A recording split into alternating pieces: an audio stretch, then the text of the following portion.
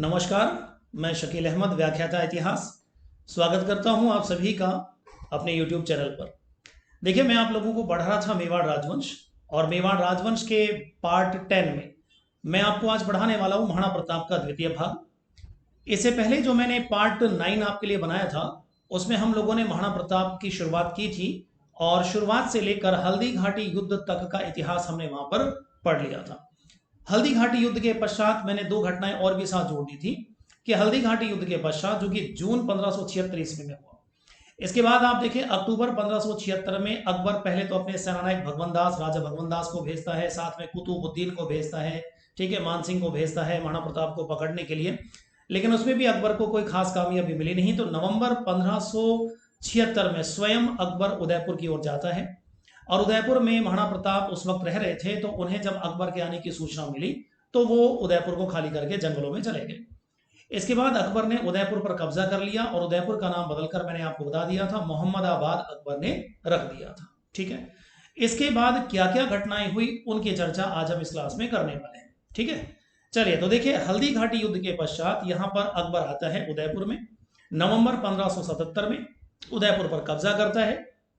उदयपुर पर कब्जा करने के पश्चात जब उदयपुर में देखा कि महाराणा प्रताप को पकड़ना यहाँ पहाड़ों में बिल्कुल असंभव है, तो यहां से अकबर मालवा की तरफ निकल जाता है। ठीक है, तो अकबर मालवा निकल जाता है, और मालवा निकलकर फिर बाद में वापस आगरा की ओर पुनः लौट जाता है। इसके बाद अकबर ने 3 युद्ध अभियान अपने सेनापति शाहबाज खान के नेतृत्व में महाराणा प्रताप के विरुद्ध भेजे थे।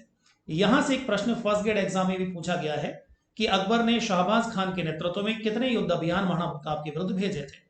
तो 3 अभियान भेजे थे लगातार, 1577, 1578 और 1579 में। लगातार 3 साल अकबर ने शाहबाज खान के नेतृत्व में युद्ध अभियान महाराणा प्रताप के विरुद्ध भेजे थे। हालांकि शाहबाज खान महाराणा प्रताप को पकड़ने में तो कामयाब नहीं हो पाए, लेकिन यहां पर एक घटना जरूर घट गई। प्रथम युद्ध अभियान के दौरान महाराणा प्रताप के हाथ से कुंभलगढ़ किला, जो उस वक्त उन्होंने अपनी राजधानी बनाया हुआ था, वो उनके हाथ से निकल जाता है। ठीक है, चलिए तो इसी चीज की मैं आपसे बात कर लेता हूं पहले। तो ये मैंने यहां पे लिख दिया है, हल्दी घाटी युद्ध के पश्चात अकबर ने अपने सेनापति शाहबाज खान के नेतृत्व में, ठीक है, किसका नाम है, शाहबाज खान, ये थोड़ा ध्यान रखना है आपको, शाहबाज खान के नेतृत्व में महाराणा प्रताप के विरुद्ध 3 युद्ध अभियान भेजे थे। अब ये 3 युद्ध अभियान कौन कौन से थे उनको आप एक एक करके देख लीजिए। प्रथम युद्ध अभियान ये भेजा गया था अक्टूबर 1577 ईस्वी के अंदर। तो प्रथम युद्ध अभियान में शाहबाज खान आता है, उसे पता चला कि महाराणा प्रताप कुंभलगढ़ किले में रह रहे हैं, तो महाराणा प्रताप के ऊपर उसने हमला किया। कुंभलगढ़ किले में बहुत ही एक भयंकर युद्ध हुआ, लेकिन इस युद्ध में एक बड़ी बदकिस्मती महाराणा प्रताप के साथ ये रही कि कुंभलगढ़ किले में महाराणा प्रताप का जो बारूद रखा हुआ था उसमें आग लग गई। आग लगने की वजह से, बारूद नष्ट होने की वजह से महाराणा प्रताप को युद्ध जो है बीच में छोड़कर जाना पड़ा। उन्हें लग गया था कि अब संभवतः इस युद्ध में अपनी जीत नहीं होगी, तो युद्ध को छोड़कर वो युद्ध मैदान से, किला छोड़कर बाहर निकल जाते हैं। और इस प्रकार आप देखें 3 अप्रैल, प्रथम युद्ध अभियान में 3 अप्रैल 1578 के दिन शाहबाज खान ने कुंभलगढ़ किले पर अधिकार कर लिया। इस प्रकार आप देखें, महाराणा प्रताप से चित्तौड़गढ़ उनके पिताजी के जमाने में, उदय सिंह के जमाने में निकल चुका था सन 1568 ईस्वी में। फिर उसके बाद देखें तो उदयपुर निकल चुका था नवंबर 1577 ईस्वी में, नवंबर 1576 ईस्वी में। और उसके बाद आप देखें अक्टूबर 1577, 1 साल बाद ही अब कुंभलगढ़ भी उनसे हाथों से निकल चुका है। ठीक है, ऐसे समय में आप देखें महाराणा प्रताप के सामने बहुत ही विकट स्थितियां उत्पन्न हो गई थी, क्योंकि महाराणा प्रताप का कहते हैं कि सारा जो खजाना है वो कुंभलगढ़ किले में रह गया, और माना जाता है महाराणा प्रताप के सामने बहुत ही जो है विकट परिस्थिति उत्पन्न हो गई। बगैर धन के वो एक लंबी लड़ाई भी नहीं लड़ सकते थे। तो ऐसे समय में महाराणा प्रताप का साथ देने के लिए सामने यहाँ एक व्यक्ति आता है जिसका नाम आता है भामाशाह। तो जून 1578 ईस्वी में भामाशाह नाम का व्यक्ति चूलिया गांव, जो आजकल चित्तौड़गढ़ जिले में पड़ता है, महाराणा प्रताप से मुलाकात करता है और महाराणा प्रताप को वित्तीय सहायता उपलब्ध करवाता है। इसकी बात भी मैं आपसे करूंगा, लेकिन थोड़ी देर बाद में। लेकिन यहीं पर ही अगर हम बात करें कर्नल जेम्स टॉड की, तो कर्नल जेम्स टॉड ने भी यहाँ पर एक अपना एक मत लिखा है। हालांकि इसमें कपोल कल्पित बातें ज्यादा मानी जाती हैं। कर्नल जेम्स टॉड कहता है कि जब महाराणा प्रताप से कुंभलगढ़ निकल गया, तो ऐसे समय में महाराणा प्रताप के सामने बहुत ही घोर वित्तीय संकट पैदा हो गया, और महाराणा प्रताप अपने परिवार के साथ जंगल में उसे अपना जीवन गुजारना पड़ा।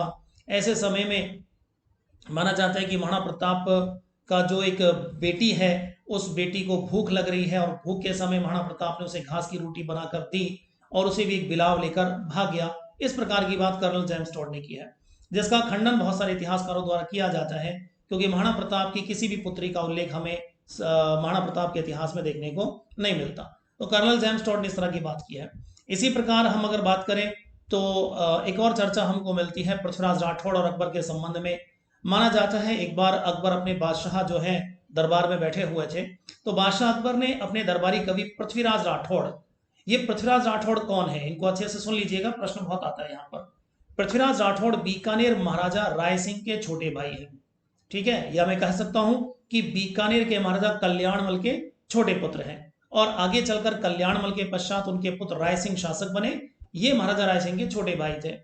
अकबर के दरबारी कवि थे, डिंगल के हैरोस इनको हम कहते हैं, डिंगल का है, डिंगल भाषा में बहुत अच्छी पकड़ थी इनकी, और इन्होंने वेली किशन रुक्मणी नामक बहुत ही प्रसिद्ध ग्रंथ लिखा है, जिसको कवि दुर्साढ़ा ने 5वां वेद और 19वां पुराण भी कहा है। तो इस प्रकार आप देखें, ये जो पृथ्वीराज राठौड़ है अकबर के दरबार में रहता है, अकबर का दरबारी कवि है। एक दिन माना जाता है अकबर ने पृथ्वीराज राठौड़ की तरफ देखते हुए कहा कि पृथ्वीराज राठौड़, तुम्हारा जो महाराणा प्रताप है उसने मुझे बादशाह कहना शुरू कर दिया है और वो मेरी अधीनता स्वीकार करने को राजी हो गया है। माना जाता है यह बात सुनकर पृथ्वीराज राठौड़, उसको बड़ा अचंभा लगा कि ऐसा तो नहीं हो सकता। तो उसने बादशाह से कहा कि बादशाह सलामत, मुझे यकीन नहीं कि महाराणा प्रताप आपकी अधीनता स्वीकार कर सकता है। अगर आपकी आज्ञा हो तो मैं एक पत्र लिखकर महाराणा प्रताप से इस संबंध में पूछना चाहता हूँ, इस संबंध में जानकारी लेना चाहता हूँ। तो अकबर की आज्ञा प्राप्त करके पृथ्वीराज राठौड़ ने महाराणा प्रताप को एक पत्र लिखा, और उस पत्र में देखिए यहाँ पे बहुत ही महत्वपूर्ण चीज है, उस पत्र में कवि स्वयं को तो पीथल कहकर संबोधित करता है और महाराणा प्रताप को पाथल कहकर संबोधित करता है, ठीक है ना। तो यहाँ पर कवि लिखता है महाराणा प्रताप को कि हे दीवान, दीवान मैंने आपसे कहा था कि मेवाड़ के जो शासक है वो एकलिंग जी को तो अपना अधिपति मानते हैं और स्वयं को उनका दीवान मानते हैं। दीवान यानी मेवाड़ के शासकों को यहाँ पे कहा जा रहा है कि हे दीवान, मैंने सुना है कि आपने अकबर की अधीनता स्वीकार कर ली है। इस बात में कितनी सच्चाई है? अगर ये बात सच है तो अभी तक तो मैं आपका जो है नाम लेकर अपने मुगल दरबार में जाता था, अपनी मूंछों पे दाव देता था। अगर इस बात में सच्चाई है तो अब किस मुंह से मैं मुगल दरबार में जाऊं? तो अब तो मैं अपना तलवार से अपना सर धड़ से अलग करना चाहूंगा। तो इस पत्र का जवाब महाराणा प्रताप ने दिया कि हे पीथल, सूरज भले ही पश्चिम से पूरब उग जाए, क्या कहता है, सूरज भले ही पश्चिम से पूरब की ओर उग जाए, लेकिन महाराणा प्रताप अकबर की अधीनता स्वीकार कभी नहीं करेगा, और मेरे मुंह से कभी भी अकबर को बादशाह शब्द नहीं निकलेगा। मैं हमेशा उसे तुरक कहता रहूंगा और मेरी तलवार हमेशा मुगलों के सिर पर पड़ती रहेगी। आपको अपनी तलवार अपनी गर्दन पे चलाने की जरूरत नहीं है, आप अभी भी निश्चिंत होकर अपनी मूंछों पे दाव देकर मुगल दरबार में बैठ सकते हैं, ठीक है। तो इस तरह की कुछ घटनाएं आती हैं जिनसे ये साबित करने की कोशिश की जाती है कि महाराणा प्रताप और अकबर के बीच में कोई पत्र व्यवहार हुआ, या महाराणा प्रताप कुंभलगढ़ के बाद टूट गए थे, या उनके मन में कुछ आया था अकबर की अधीनता स्वीकार करने का। तो ये सब कपोल कल्पित सी बातें हमको नजर आती हैं, क्योंकि अगर वास्तव में ऐसी कोई घटना हुई होती जैसा कि यहाँ पे उल्लेख मिलता है, तो फारसी जो तवारीख हैं यानी मुगल जो इतिहासकार हैं वो निश्चित रूप से इस घटना का जिक्र अपनी किताबों में करते, लेकिन जबकि यहाँ पे ऐसा कोई वर्णन हमें मुगल इतिहास में या फारसी तवारीखों में देखने को नहीं मिलता, ठीक है ना। चलिए इसके बाद देखिए यहाँ पर शाहबाज खान ने एक दूसरा युद्ध अभियान किया था वापिस से 15 अक्टूबर 1578 ईस्वी को, लेकिन इसमें भी शाहबाज खान को कोई सफलता नहीं प्राप्त हुई। इसके पश्चात देखिए तीसरा युद्ध अभियान हुआ 15 नवंबर 1579 को, इसमें भी हम देखेंगे शाहबाज खान को कोई भी सफलता प्राप्त नहीं हुई। आखिरकार अकबर ने शाहबाज खान को वापस बुला लिया, और शाहबाज खान के बाद अब अकबर ने अपने एक दूसरे व्यक्ति जिसका नाम आता है अब्दुल रहीम खान ए खाना, उसे 1580 ईस्वी में भेजा था महाराणा प्रताप के विरुद्ध, ठीक है। यहीं पर पहले मैं बात करूं आगे जो है यहाँ पर, उससे पहले मैं यहाँ पर एक चर्चा कर लेता हूं थोड़ी सी भामाशाह के बारे में। देखिए भामाशाह, मैंने कहा कि इन्होंने महाराणा प्रताप को बहुत बड़ी वित्तीय सहायता उपलब्ध करवाई थी। तो ये माना जाता है कि जब 1578 ईस्वी में 3 अप्रैल 1578 ईस्वी में कुंभलगढ़ किला महाराणा प्रताप के हाथ से निकल गया, तो ऐसे समय में महाराणा प्रताप के सामने बहुत ही घोर जो है कह सकता हूं कि आर्थिक विपत्ति आ गई। ऐसे समय में एक व्यक्ति है भामाशाह, जो 1578 ईस्वी में महाराणा प्रताप से मुलाकात करते हैं चूलिया गांव में। ये चूलिया गांव आजकल चित्तौड़गढ़ जिले में मौजूद है।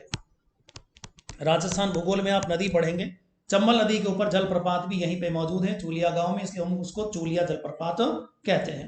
तो महाराणा प्रताप चूलिया गांव के निकट भामाशाह से मुलाकात करते हैं और इस मुलाकात के दौरान भामाशाह ने माना जाता है इतनी संपत्ति महाराणा प्रताप को भेंट की कि 12 साल तक महाराणा प्रताप 25,000 फौज की टुकड़ी का रख रखाव कर सकते थे। तो यहाँ पे कुछ लोगों का यह मानना है, इतिहासकारों का, कि भामाशाह ने अपनी निजी संपत्ति महाराणा प्रताप को भेंट की थी, जबकि कुछ इतिहासकार ऐसे भी हैं जिनका यह मानना है कि भामाशाह ने अपनी निजी संपत्ति नहीं दी। यहां पर वो संपत्ति जो महाराणा प्रताप को उसने भेंट की है वो मेवाड़ की ही संपत्ति हुआ करती थी, क्योंकि उस जमाने में एक खजाना ऐसा होता था जिसको विपत्ति काल के लिए सुरक्षित रखा जाता था और उसकी जानकारी मेवाड़ के शासकों को भी नहीं होती थी। उस खजाने का इस्तेमाल केवल विपत्ति काल में ही किया जा सकता था। तो कुछ इतिहासकारों का यह मानना है कि भामाशाह ने जो महाराणा प्रताप को धन दिया था वो उसकी निजी संपत्ति नहीं बल्कि मेवाड़ का ही वो राज कह सकता हूं खजाना हुआ करता था। खैर जो भी रही हो, लेकिन इतना जरूर है कि यहाँ पर महाराणा प्रताप ने चूलिया गांव में भामाशाह से मुलाकात करी, भामाशाह ने उसको वित्तीय मदद करी और इसी मौके पे यहाँ पर महाराणा प्रताप ने भामाशाह को अपना प्रधानमंत्री भी नियुक्त कर दिया था। ठीक है, यहीं पर अगर हम बात करें तो कर्नल जेम्स टॉड ने भामाशाह को मेवाड़ का कर्ण कहा है। देखिए, महाभारतकालीन जो कर्ण है वो बहुत बड़े दानी थे, इसलिए हमारे इतिहास में जो भी बड़े दानी होते हैं उनकी तुलना हमेशा किसके साथ की जाती है? कर्ण के साथ की जाती है। और राजस्थान की अगर मैं बात करूं, राजस्थान में जो बड़े दानी होते हैं उनकी तुलना हम किसके साथ करते हैं? भामाशाह के साथ करते हैं। ठीक है, हमारे यहाँ पे आप देखें, कोई भी व्यक्ति कोई स्कूल कॉलेज में कोई कमरा बनवाता है या कुछ भी अपना आर्थिक योगदान देता है तो उनको हम भामाशाह के तौर पे सम्मानित करते हैं। तो देखिए, ये भामाशाह जो है महाराणा प्रताप की मदद करते हैं। कर्नल जेम्स टॉड उसको बोलता है मेवाड़ का कर्ण। इनका जन्म हुआ था ढोलान गांव में और ढोलान गांव पड़ता है आजकल पाली में। ठीक है, इनकी एक उपाधि और भी हमको मिलती है, मेवाड़ का रक्षक। पुलिस कांस्टेबल 2012 के एग्जाम में इस प्रश्न को पूछा गया था, मेवाड़ का रक्षक किसे कहा जाता है? ठीक है, तो इसका जवाब होगा आपका भामाशाह। तो भामाशाह को मेवाड़ का रक्षक कहा जाता है क्योंकि अगर इन्होंने वित्तीय सहायता महाराणा प्रताप की ना की होती तो हम ये मान सकते हैं कि महाराणा प्रताप को बहुत मुश्किलें आती मुगल बादशाह अकबर से लड़ने के लिए। ठीक है, चलिए इसके बाद अब आगे बढ़ते हैं। तो देखिए, यहां पर 1576 में अकबर ने मानसिंह को भेजा हल्दी घाटी युद्ध में, कोई सफलता उसको नहीं मिलती है। फिर उसके बाद आप देखें 1577 में, 1578 में और 1579 लगातार 3 साल शाहबाज खान को भेजा, कोई सफलता मुगल सेना को नहीं मिली। आखिरकार अब 1580 ईस्वी में अकबर ने अपने यहाँ पर सेनापति अब्दुल रहीम खान ए खाना को राजपुताने का सूबेदार नियुक्त कर दिया। उस जमाने में प्रांत को सूबा कहते थे और सूबा का मुखिया क्या कहलाता था? सूबेदार कहलाता था। ठीक है, तो उस जमाने में अकबर ने अब्दुल रहीम खान ए खाना को राजपुताने का सूबेदार नियुक्त कर दिया। यह एक चीज मैं आपको और बताते चलूं आपके जानकारी के लिए, अब्दुल रहीम ये वही रहीम है जिसको आप हिंदी में पढ़ते हैं। ठीक है, रहीम के जो दोहे आप लोग पढ़ते हैं, बहुत कम ऐसे लोग होते हैं इतिहास में जो तलवार और कलम दोनों चीज के धनी होते हैं। यहाँ अब्दुल रहीम जो थे ये दोनों चीज के धनी हैं। अब्दुल रहीम बैरम खान का पुत्र था, अकबर के जो संरक्षक थे बैरम खान, ठीक है, उनके ये पुत्र थे अब्दुल रहीम। और खान ए खाना ये उपाधि इनको प्राप्त हुई थी, अकबर द्वारा इसे खान ए खाना की उपाधि दी गई थी। ठीक है, तो देखिए अब्दुल रहीम को यहाँ राजपुताने का सूबेदार बनाकर भेजा गया सन 1580 ईस्वी में। यहाँ पर एक घटना और हमारे लिए बहुत बड़ी महत्वपूर्ण है। हालांकि अब्दुल रहीम खान ए खाना को महाराणा प्रताप के विरुद्ध कोई बड़ी सफलता तो प्राप्त नहीं हुई, ठीक है, लेकिन यहाँ एक चीज जरूर होती है कि शेरपुर जो जगह है यहाँ पर इसने अपना शिविर लगाया और अपने परिवार के लोगों को शेरपुर छोड़कर ये चला गया महाराणा प्रताप की खोज में। और पीछे से महाराणा प्रताप के पुत्र महाराणा अमर सिंह ने इन शेरपुर के शिविर पर हमला कर दिया और हमला करके यहाँ पर आप देखें उसने ये जो अपने अब्दुल रहीम खान ए खाना है इनके जो परिवार की जो महिलाएं थी उनको बंदी बना लिया। जब इस बारे में महाराणा प्रताप को सूचना मिली तो महाराणा प्रताप ने बड़ी फटकार अपने पुत्र महाराणा अमर सिंह को लगाई। ठीक है, और आखिरकार अमर सिंह को निर्देश दिया महाराणा प्रताप ने कि आप सम्मान इन महिलाओं को मुगल कैंप में वापस इनको आप छोड़ के आएंगे। तो यहां से देखिए महाराणा प्रताप का चरित्र का अंदाजा हम लगा सकते हैं, कितना उच्च नैतिक चरित्र महाराणा प्रताप का रहा था। और इस घटना से संभवतया अब्दुल रहीम खान ए खाना भी बहुत बड़ा प्रभावित हुआ होगा। ठीक है, ये हम कह ही नहीं सकते कि ये मान नहीं सकते कि अब्दुल रहीम खान ए खाना इस घटना से प्रभावित नहीं हुआ होगा। ठीक है, इस प्रकार आप देखें यहाँ पर महाराणा प्रताप के नैतिक चरित्र को ये दिखाता है ये घटना। तो शेरपुर के मुगल शिविर पर आक्रमण करके राजकुमार अमर सिंह द्वारा अब्दुल रहीम के परिवार की महिलाओं को बंदी बनाया गया था। तो आपको थोड़ा यहाँ पे जगह ध्यान रखनी है, कौन सी जगह पर बंदी बनाया था? शेरपुर नाम की जगह पर। ठीक, इसके बाद आप देखिए कि यहाँ पर अब्दुल रहीम को कोई बड़ी सफलता तो नहीं मिली, लेकिन इतना जरूर था कि यहाँ पर महाराणा प्रताप के चारों तरफ बड़ी बड़ी छावनियां बना दी गई थी, जिनमें से एक थाना बहुत महत्वपूर्ण हमको मिलता है, दिवेर नाम का थाना। तो दिवेर एक बड़ा थाना हुआ करता था और अकबर ने अपने चाचा सुल्तान खां को दिवेर थाने का, कह सकता हूं कि अधिकारी उसको जो है बना रखा था। और यहाँ पे कोशिश ये की गई थी कि दिवेर पर कब्जा करके महाराणा प्रताप के खिलाफ जो भी मुगल सेना आएगी, उस मुगल सेना की हेल्प, उसको रसद वगैरह वो दिवेर थाने से पहुंचाई जाती थी। तो महाराणा प्रताप ने यहाँ पे देखिए हल्दी घाटी युद्ध के पश्चात अब छापामार पद्धति को अपनाया है, गुरिल्ला वार जिसको हम बोलते हैं, जिसमें होगा क्या, रात में छुपकर दुश्मन पे हमला करना है और बड़ी तीव्रता के साथ हमला करके वापस बहुत तेजी के साथ जंगलों में जाके अपने आप को छुपा लेना है। इससे क्या होगा, इससे सामने दुश्मन रात को सो भी नहीं पाएगा, भय के वजह से, डर की वजह से। ठीक, तो यहाँ पे आप देखिए दुश्मन सेना में इतना भय व्याप्त हो गया था इस गुरिल्ला वार की वजह से कि मुगल सेना बहुत सारी जगह से भाग खड़ी हुई थी। यहीं पर अगर हम देखें तो महाराणा प्रताप वो जानते थे कि दिवेर को जीतना बहुत जरूरी है, क्योंकि दिवेर थाने को अगर हम जीत लेंगे तो यहाँ से मुगल सेनाओं को मिलने वाली रसद वगैरह को हम रोक सकते हैं। तो यहाँ देखें अक्टूबर 1582 ईस्वी में महाराणा प्रताप ने दिवेर ठिकाने पर या दिवेर थाने पर आक्रमण कर दिया, हमला कर दिया।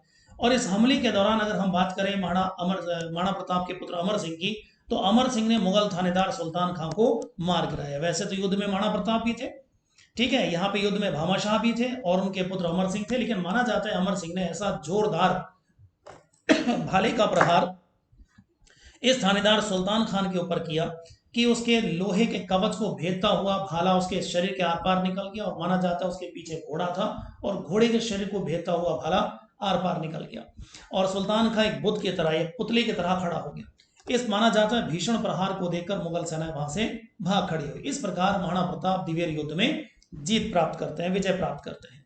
कर्नल जेम्स टॉड ने इस युद्ध को बोला है मेवाड़ का मैराथन। ये एक महत्वपूर्ण चीज है। देखिए जैसा कि मैंने आपसे कहा था, कर्नल जेम्स टॉड ने हल्दी घाटी युद्ध को बोला था मेवाड़ की थर्मोपोली। मैंने आपसे कहा था एक युद्ध हुआ था स्पार्टन और ईरानी शासक जेरेक्सीज के बीच में, उस युद्ध को हम बोलते हैं थर्मोपोली का युद्ध। उस युद्ध से कर्नल जेम्स टॉड ने हल्दी घाटी युद्ध की तुलना की थी। ऐसे ही अगर हम बात करें तो 490 ईसा पूर्व में एक युद्ध लड़ा गया था, जिसमें एक तरफ एथेंस और एक तरफ वापस से आप देखें ईरानी सेना, दोनों। तो मैं कह सकता हूं ईरान, उस जमाने में ईरान को फारस कहते थे, तो आपको किताबों में फारस भी मिल सकता है। तो फारस और एथेंस के बीच में एक युद्ध लड़ा गया था मैराथन के मैदान में। तो कर्नल जेम्स टॉड ने उस युद्ध से इस युद्ध की तुलना की है। क्यों? क्योंकि वहां पर एथेंस की एक छोटी सी टुकड़ी ने ईरान की बहुत बड़ी विशाल सेना को पराजित कर दिया था। ठीक उसी प्रकार इस युद्ध की अगर हम बात करें तो महाराणा प्रताप की एक छोटी सी सेना की टुकड़ी ने एक विशाल मुगल सेना को पराजित कर दिया। इस प्रकार कर्नल जेम्स टॉड इस युद्ध को बोलता है मेवाड़ का मैराथन। एग्जाम में पूछे जाते हैं ये प्रश्न, थर्मोपोली किसको कहा है और मेवाड़ का मैराथन किसको कहा है। ठीक है, इसके बाद अपन चले तो अकबर ने एक अंतिम युद्ध अभियान और भेजा। ठीक है, और यह भेजा गया था 5 दिसंबर 1584 ईस्वी को।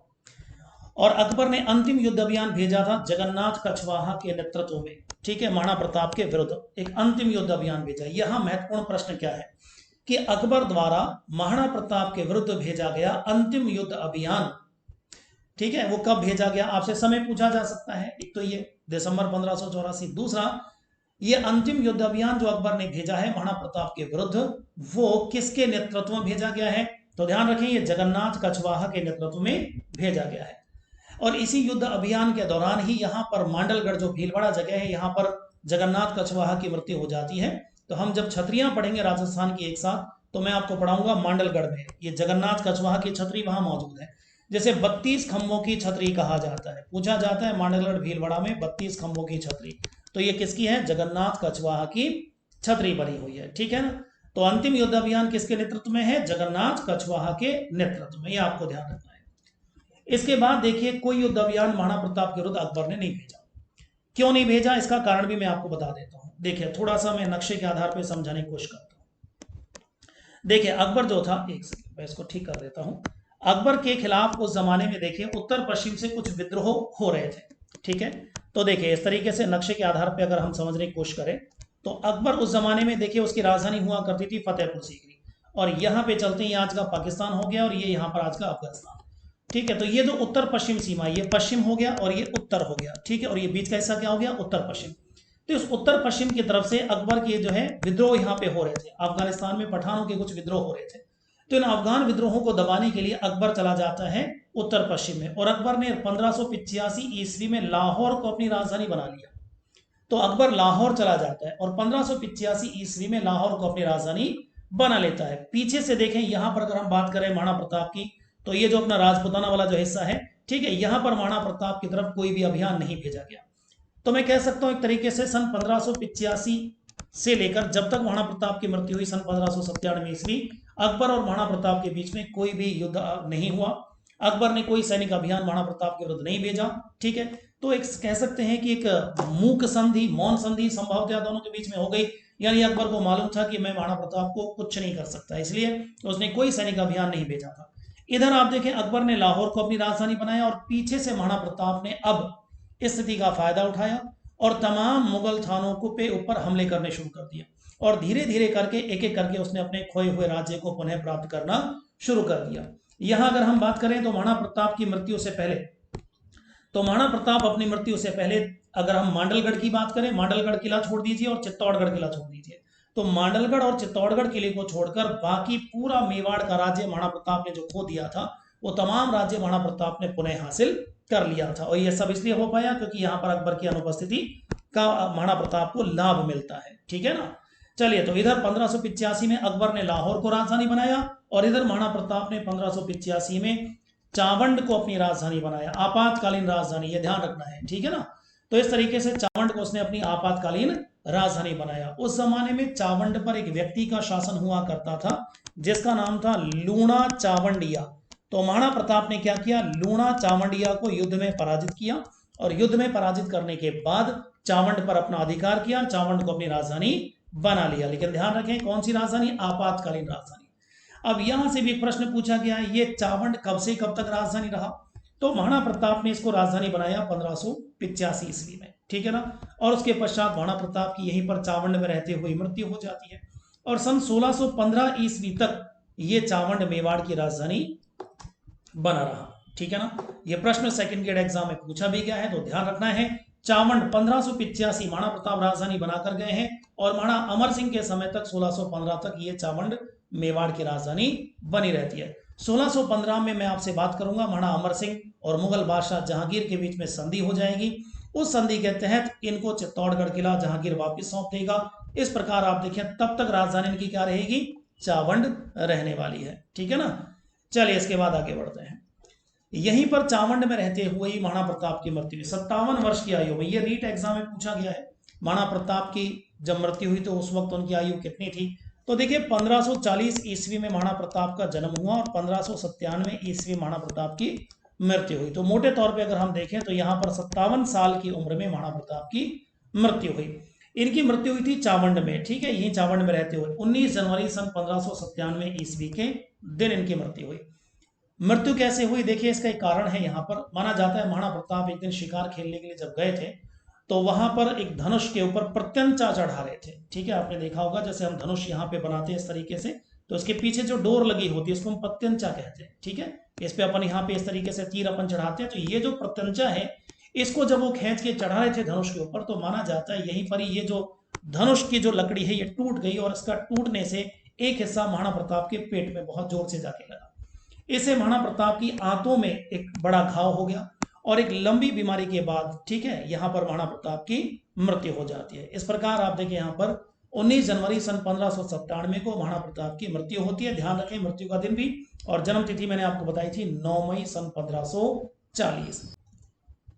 तो देखिए, यहीं पर ही चावंड के पास अगर हम चलें तो बांडोली गांव पड़ता है, बिल्कुल लगभग 1.5-2 किलोमीटर के आसपास चावंड के पास बांडोली गांव पड़ता है, और उस गांव में यहाँ पर महाराणा प्रताप की छतरी बनी हुई है। तो पूछा जाता है महाराणा प्रताप की छतरी कहां पर है, तो ये बांडोली गांव में मौजूद है, ठीक है ना। और ये छतरी बनवाई किसने, ये भी मैं आपको बता देता हूँ। वैसे छतरियों का अलग से एक पूरा टॉपिक आएगा, राजस्थान की जितनी भी छतरियां हैं उनमें निर्माता कौन, छतरी कहाँ है, किसकी है, निर्माता कौन था, उसकी सबकी बात करूंगा। लेकिन यहाँ भी हम बात थोड़ी सी कर लेते हैं। महाराणा प्रताप की छतरी जो बांडोली में स्थित है, इसका निर्माण करवाया था महाराणा प्रताप के पुत्र महाराणा अमर सिंह प्रथम। मेवाड़ में 2 अमर सिंह आएंगे, तो हम उसको बोलेंगे अमर सिंह प्रथम। एक और आएंगे शासक अमर सिंह सेकंड, जिनकी बात आगे हम करेंगे। तो महाराणा अमर सिंह प्रथम ने इस छतरी का निर्माण कार्य करवाया था। 8 खंभों की यह छतरी बनी हुई है। यहीं पर देखें तो एक और बड़ा महत्वपूर्ण तथ्य है, महाराणा प्रताप की मृत्यु की सूचना अकबर को किसने दी थी? तो हमारे यहाँ मारवाड़ के एक कवि जिनका नाम था कवि दुरसा आढ़ा, ये अकबर के दरबारी कवि थे, मारवाड़ के रहने वाले थे। तो कवि दुरसा आढ़ा ने महाराणा प्रताप की मृत्यु की सूचना अकबर को सुनाई। और कवि दुरसा आढ़ा अपनी रचनाओं में इस बात का जिक्र करता है, कहता है कि जब मैंने महाराणा प्रताप की मृत्यु की सूचना अकबर को दी तो अकबर की आंखों से आंसू छलक गए। ठीक है, तो आप देखिए यहाँ पर महाराणा प्रताप की वीरता से अकबर कितने प्रभावित थे कि अकबर ने महाराणा प्रताप की मृत्यु का खबर सुनकर उनकी आंखों से भी आंसू छलक गए। और यहाँ पे और अकबर ने ये कहा कि आज राणा जीत गया और मैं हार गया। ये शब्द किसके थे? ये अकबर के थे। तो आप देखिए, अगर यहाँ पे अकबर ने बोला भरे दरबार में कि चाहता तो महाराणा प्रताप अगर चाहते तो मेरी अधीनता स्वीकार करके दुनिया भर के तमाम ऐशोआराम ले सकते थे, लेकिन उस व्यक्ति ने अपनी पगड़ी को कभी भी झुकने नहीं दिया। इस प्रकार आप देखिए अकबर ने भी महाराणा प्रताप की मृत्यु पर उसका सम्मान किया और उसकी मृत्यु पर अपने आंसू बहाए। तो यहाँ पे एक प्रश्न आ जाता है, किसने दी यह सूचना? तो कवि दुरसा आढ़ा ने दी थी अकबर को। यहीं पर मैं आपसे अभी कुछ देर पहले बात कर चुका था कि महाराणा प्रताप अपने मृत्यु से पहले अगर हम चले तो चित्तौड़गढ़ और मांडलगढ़ को छोड़ दें, तो इन दोनों को अगर आप छोड़ दें, चित्तौड़गढ़ मांडलगढ़ किले को छोड़ दें, तो तमाम पूरा इलाका महाराणा प्रताप अपनी मृत्यु से पहले अपना वापस प्राप्त कर चुके थे, मुगलों से अपना राज्य वापस छीन चुके थे। ठीक है ना। चलिए, ये प्रश्न बहुत महत्वपूर्ण है, पूछा जाता है। यहाँ पे आप देख सकते हैं इस चित्र में महाराणा प्रताप की छतरी है, कितने खंभों की है? तो ध्यान रखें ये 8 खंभों की छतरी है। ठीक है, और इसका निर्माण मैंने बता दिया किसने करवाया। इसका निर्माण करवाया था महाराणा प्रताप के पुत्र महाराणा अमर सिंह प्रथम ने। ठीक है, चलिए ये प्रश्न पूछा गया है 2012 थर्ड ग्रेड में एग्जाम, इसको पूछा भी गया है। चलिए उसके बाद अब कुछ थोड़ी मोटी बातें और भी रह जाती हैं, इनको भी देख लेते हैं। महाराणा प्रताप की सेना में त्याग और बलिदान की भावना उत्पन्न करने के लिए 2 चारण कवि नियुक्त किए थे महाराणा प्रताप ने। एक का नाम था रामा साधु और दूसरे का नाम था माला साधु। ये हमेशा मेवाड़ महाराणा प्रताप की सेना के साथ रहा करते थे, क्योंकि कभी कभी आप देखें सेना का मनोबल जब गिरता तो ये दोनों कवि उनके मनोबल को बढ़ाने के लिए अपने चारण कवि थे, तो अपने यहाँ पे देखिए उनको बहुत अच्छी अच्छी कविताएं सुनाया करते थे, और ऐसी कविताएं जिनको सुनकर मेवाड़ की जो सेना थी उनका मनोबल बढ़ जाया करता था। तो यहाँ पे पूछा जा सकता है आपसे कि कौन कौन कवि हैं जो मेवाड़ महाराणा प्रताप की सेना में साथ रहा करते थे। तो रामा साधु और माला साधु, काम क्या है इनका? मेवाड़ी सेना में त्याग और बलिदान की भावना उत्पन्न करना। ठीक है, माना जाता है अपनी ओजस्वी कविताओं के लिए ये प्रसिद्ध थे। एक और बहुत महत्वपूर्ण प्रश्न यहाँ पर है, महाराणा प्रताप के दरबारी कवि कौन थे? कवि चक्रपाणी। तो कवि चक्रपाणी मिश्र महाराणा प्रताप के दरबारी कवि हैं। 3 प्रमुख संस्कृत ग्रंथों की इन्होंने रचना की थी। कौन कौन से हैं उनके नाम देख लीजिए। एक ग्रंथ है मुहूर्तमाला, एक है राज्याभिषेक पद्धति और एक है विश्ववल्लभ। अगर यहाँ विश्ववल्लभ की बात करें तो पिछली बार आरएस मेंस का जो एग्जाम हुआ था 2017-18 में, तो आप देखें आरएस मेंस के एग्जाम में भी इस प्रश्न को पूछा गया था विश्ववल्लभ के बारे में। ठीक है, 2 नंबर का एक प्रश्न पूछा गया था विश्ववल्लभ के बारे में। तो मुहूर्तमाला, जिसमें आपको ये जानकारी मिलती है कि किस अवसर पर मुहूर्त अच्छा होता है, ठीक है, किस अवसर पे अच्छा नहीं होता, तो मुहूर्त की जानकारी से मिलती है। राज्याभिषेक पद्धति के अंदर नाम से जैसा पता चलता है, ठीक है, राजा का राज्याभिषेक किस पद्धति से होना चाहिए। जहां तक बात आती है विश्ववल्लभ की, तो इसमें उद्यान निर्माण से संबंधित जानकारी आपको मिलती है कि उद्यान यानी गार्डन आप विकसित करते हैं तो उसमें क्या क्या सिद्धांतों का प्रयोग आपको करना चाहिए। इसके अलावा चलें तो महाराणा प्रताप के शासन काल में हेमचंद्र सूरी भी एक बहुत मशहूर कवि हुए हैं जिन्होंने लिखा था। ध्यान रखें, ये महाराणा प्रताप के शासन काल बता रहा हूं, ये महाराणा प्रताप के दरबारी कवि नहीं है। दरबारी कवि तो कौन थे? चक्रपाणी।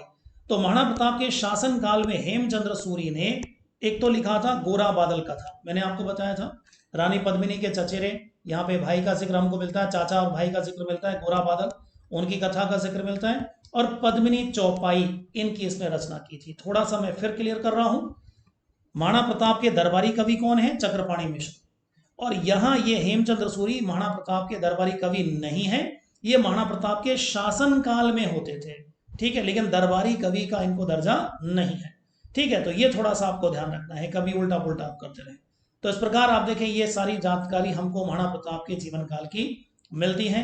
महाराणा प्रताप की मृत्यु के बाद उनके पुत्र महाराणा अमर सिंह शासक बने, और एक लंबे समय तक महाराणा अमर सिंह ने भी सन 1597 से लेकर 1615 लगभग 18 साल तक तो महाराणा अमर सिंह ने भी मुगलों से लोहा लिया, लेकिन आखिरकार महाराणा अमर सिंह अपने पुत्र कर्ण सिंह के कहने पर झुक गए और आखिरकार 5 फरवरी 1615 को मेवाड़ और मुगल समझौता हुआ।